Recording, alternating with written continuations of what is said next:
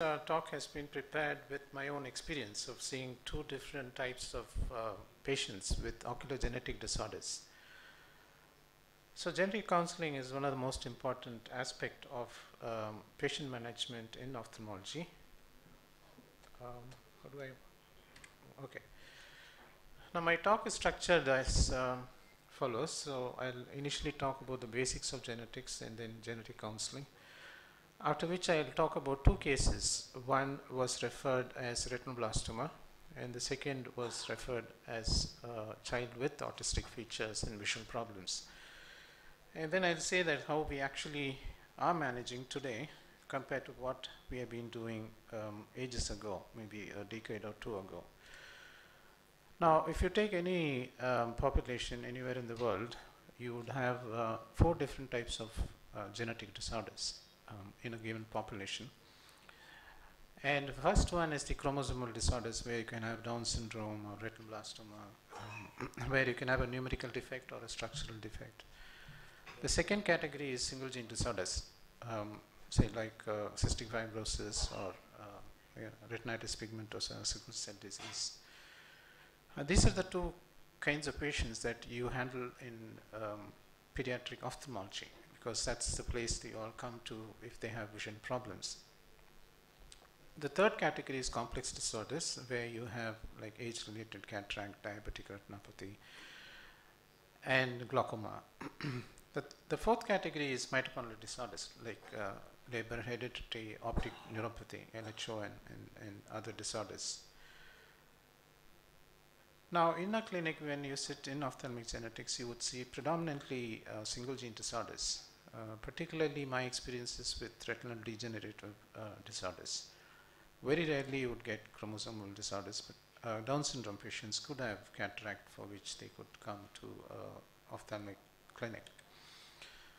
Now, as far as genetic counseling is concerned, these two steps are very important. One, it has to be non-directive, and second, it has to be non-judgmental. So just because you have not married consanguineously, it doesn't mean that you can discourage somebody from getting married consanguineously. So your job is to give them all the information. It is for them to take the decision. Now, when you say non-directive, you're supposed to be listening quietly to what your patient is telling you. So the entire process of genetic counseling is based on nearly 75% of quiet listening to your patient. That relieves them quite a lot at the end of that process. And then you have to actually give them various options that are available. So you cannot give them just one option because you made a judgment, but you have to give multiple options that are available. I'll give you some of the examples as I go through some of my patients here. Now, these are very vital steps when you do genetic counseling. So one is that you make a diagnosis, very, very important. For example, if an ophthalmologist diagnoses a patient as RP and not as Usher syndrome, for various reasons, because it could be a mild deafness or it could be moderate deafness that might not be picked up. Some of these patients can easily lip read, which you might not be able to carefully see in a very busy clinic. So a simple RP can be inherited as autosomal dominant recessive or X-linked recessive, whereas Usher syndrome is always autosomal recessive. So there are many, many situations like this. A very clear-cut diagnosis is very important. And then, of course, communication is very important. If you know the language of the patient or the patient knows your language, then that is the best way you can actually do genetic counseling. Of course, you calculate risk and then give them options. And then you give them long-term patient support or government support that is available in a given country. Now, this is a process of genetic counseling. So you start with your genetic case, which has a clear diagnosis. Then you move on to get the pedigree information. Then you do a pre-test counseling where you are almost sure of the inheritance. And then if they are willing to do a genetic test, because in India, it's not covered by insurance, and in many parts of the world, including the US, many states does not cover genetic test in the regular insurance. So once the test is done, you can do a chromosomal test if it is, say, Down syndrome, or you can do a single gene test if it's retinoblastoma, or you do a panel of gene or a whole exome sequencing if it is say retinal degeneration, there are nearly about 125 genes that causes some kind of retinal degenerative disease. So there's a huge panel that is necessary, in which all the exons of those 125 genes are stacked in a chip, and then they sequence it and tell you what is the mutation that is there. Now nearly 70% or 60% of the times you can identify a mutation, but for various other reasons sometimes you might end up back to square one. So once you have the result, you do a post-test counseling. Now the way pediatrics and particularly pediatric ophthalmology is being dealt with has changed as per this slide over here. So the traditional care pathway is where you see a patient, for example, with congenital cataract.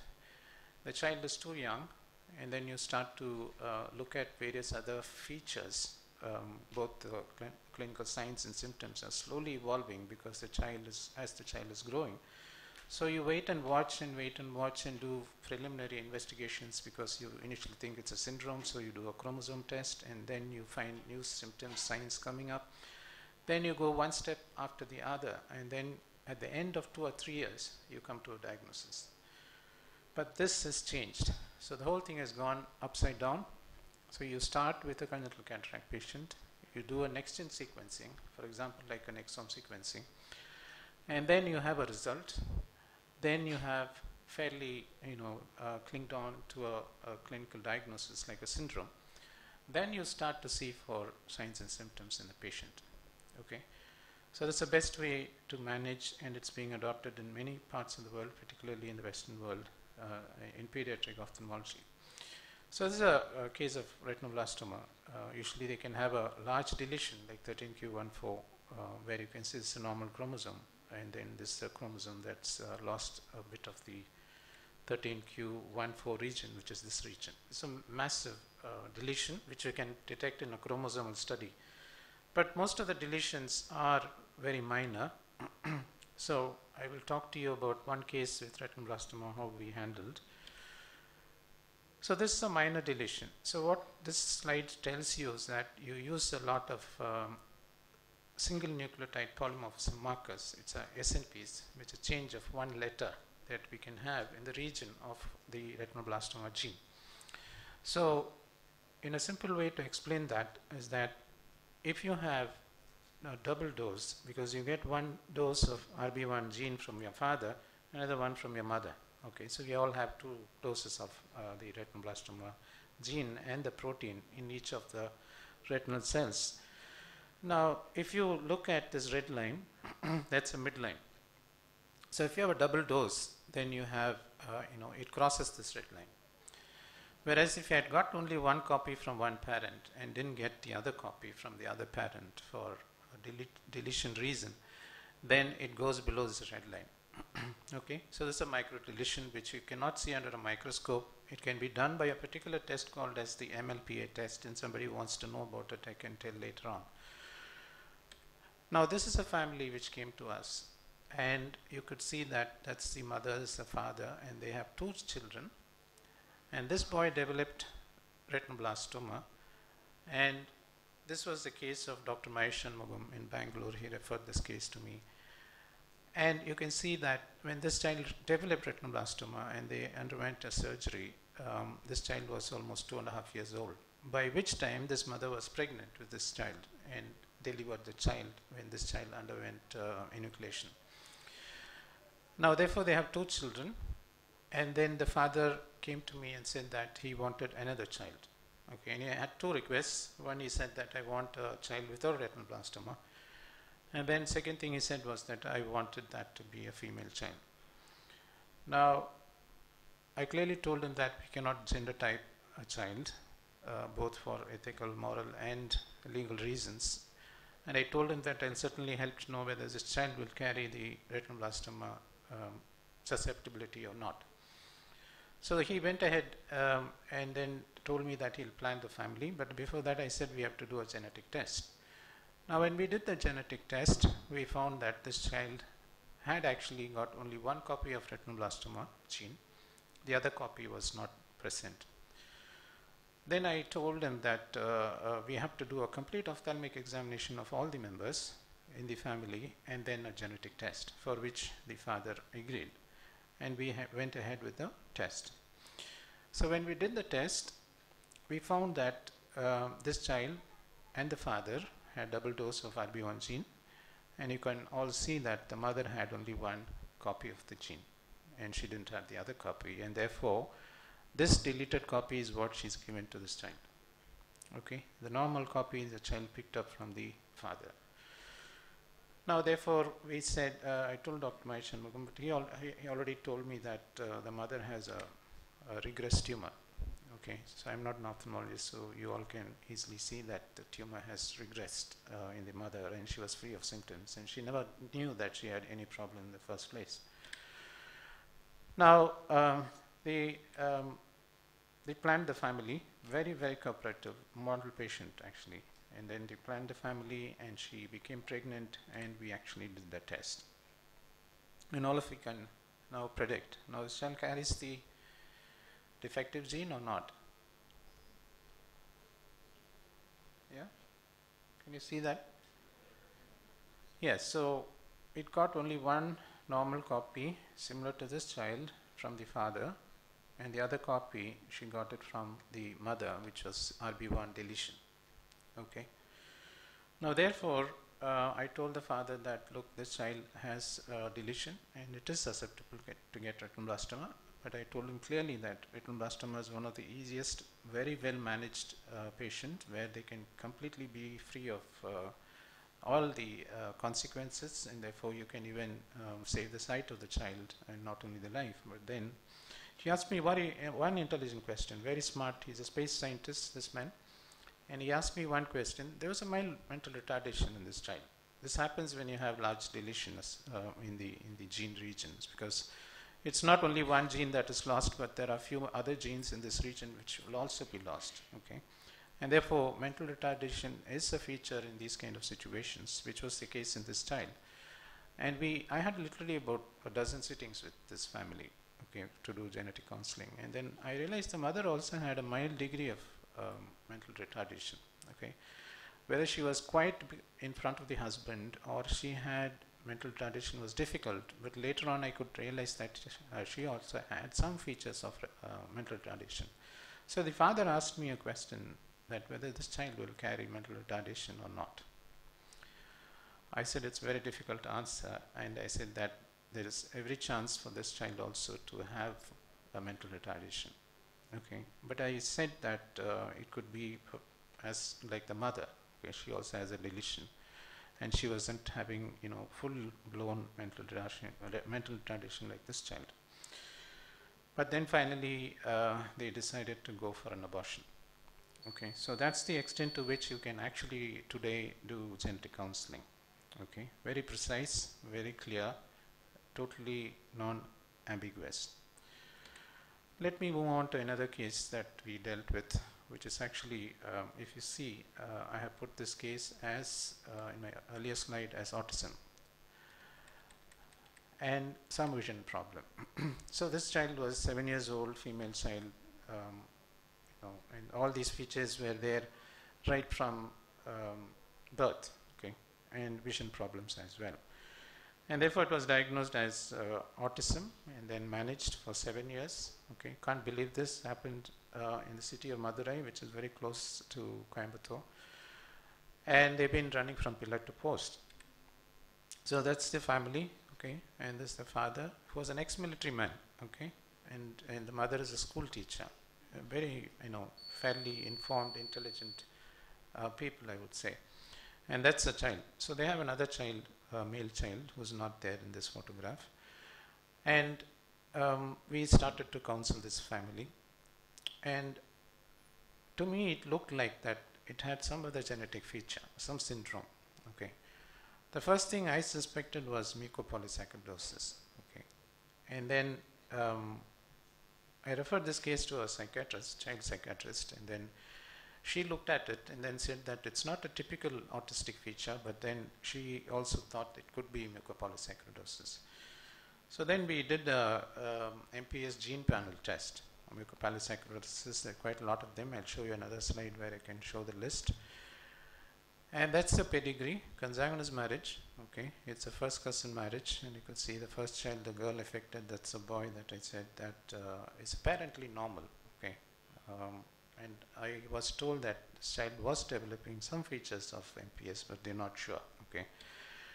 Now, when we did the MPS panel sequencing, okay, we found a gene which was SGSH. Okay, it's a very important gene. In exon 5, there was a mutation, and it was homozygous. Okay, which means both copies came from each one of the parent who had 2 recessive copies with them. They had 1 normal copy, so they are always normal, and the 2 wrong copies were passed to this child. Okay, and therefore she got that as 2 copies of homozygous mutation, and had a particular type of MPS called 3A. Okay, so this is the power of doing a gene panel today and making a diagnosis. So we went into literature, found that they have multiple features, including they can develop blindness. Okay, the real fault is that the heparin sulfate that is produced in the body is not digested by this enzyme, and therefore it starts to get deposited in all parts of the body and creates all kinds of problems. When it deposited in the brain, you have behavioral disorders, and then they can have all kinds of problems, as you can see, including the vision problem. Now, when we went and found in the literature, we found that a particular type of soybean derivative, okay, is actually available, but it's more preventive. Okay, it's supposed to be not very clear how this is acting in mechanisms. There are some clinical trials. These clinical trials are very conflicting.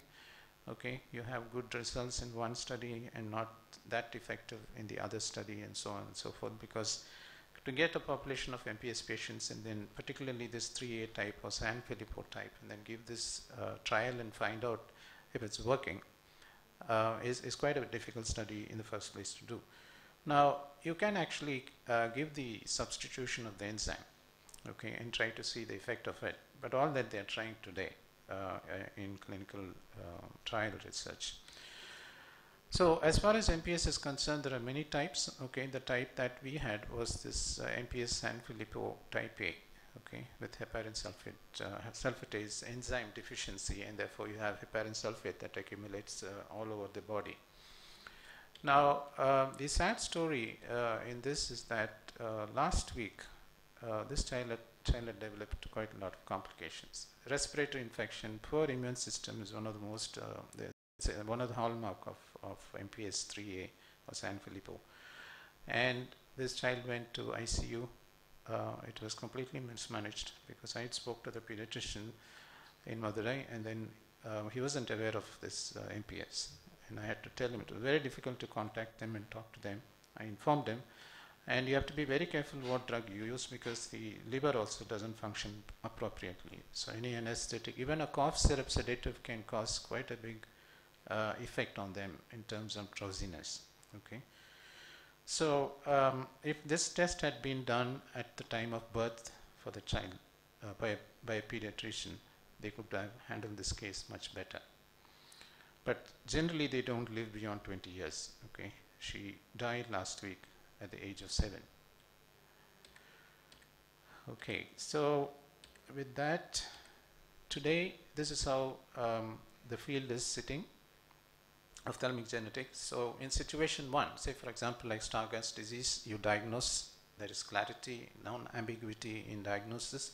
Then you do NGS sequencing, and then you know what is the mutation. Okay, so both are positive, non-ambiguous. Now you come to situation 2, which is what most of the times most of the pediatric ophthalmologists would face, is that you're not very clear about the diagnosis, but you do a NGS sequencing, and then you know what is a mutation, then you look for features. Okay, that's situation 2. In situation 3, you're not sure, it's an ambiguous diagnosis, and you do an NGS sequencing, but you're back to square 1. Okay, this could be not only because that the disease is evolving, but because you have to have another member in the family with the same disease, and you can easily validate. Okay, do the same gene test and you can find out the mutation. Or some of the genes that have not been identified as of today, causing some other retinal degenerative disease could be the reason why you cannot actually find out what is the mutation. Okay, so these are the three situations that currently all over the world people are facing when they manage patients with various genetic eye disorders. So therefore, I'm coming back to this situation. So this is the way currently people handle, which is much more medically and legally correct to do. This test is expensive. Somebody wants to know the cost of it. I will be able to say it if you want to know later on. Okay, so let me come to the summary of my talk. So I gave a brief about basics, and then I spoke about the application of genetic counseling and how we handled it in two different cases, one with retinoblastoma, other one with Sanfilippo syndrome. Okay, and I spoke about the current scenario, that how you actually do an upside down clinical practice as unlike a traditional way. Thank you. Okay, I'll ask if anyone has any questions, but the one thing I know is that if we have any inherited genetic family problems, we know where to send these people to. Okay, thank you.